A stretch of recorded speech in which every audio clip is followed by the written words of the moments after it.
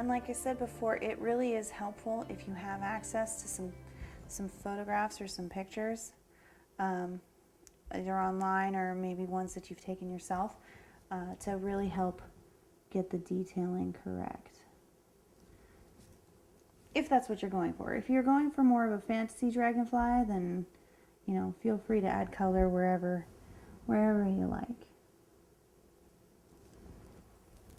The other great thing about doing these is you can do these far in advance. You can make up a whole big bunch of them, and they are good for quite some time, and they add a nice little accent. If you're doing a cake with flowers, or a cake for a child that has bugs on it, you really can use these for a wide variety of different projects.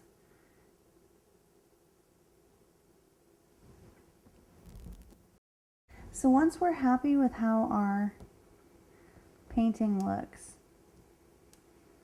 we can go ahead and start trimming out our wings. And I'm just going to cut right along the outside of that vein as close to it as I can, but you don't want to cut into your wing. So just take it slow.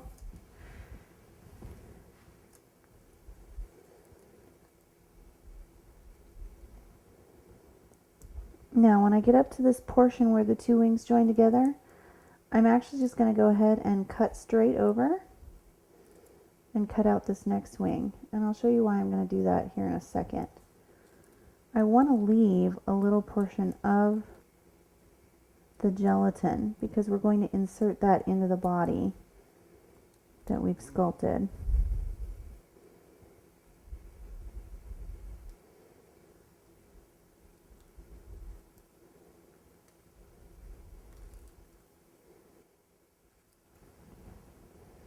So those are our bottom wings, and remember which wings are which. There's that thin little strip of gelatin, your small detailing brush, and your luster dust. And the reason I like to do it this way is because you can incorporate that luster dust, which you can't on the edible markers.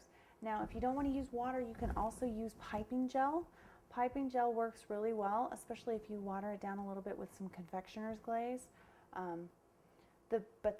The main thing is you don't want to add too much moisture to your gelatin. You will melt it, and it will disintegrate. So whatever you decide to use, you need to use with a little bit of caution so you don't overwork your gelatin. We're going to go ahead and pick up some of our olive green. Now, the dragonflies that I'm going to try to replicate here are quite lovely because they have these beautiful olive green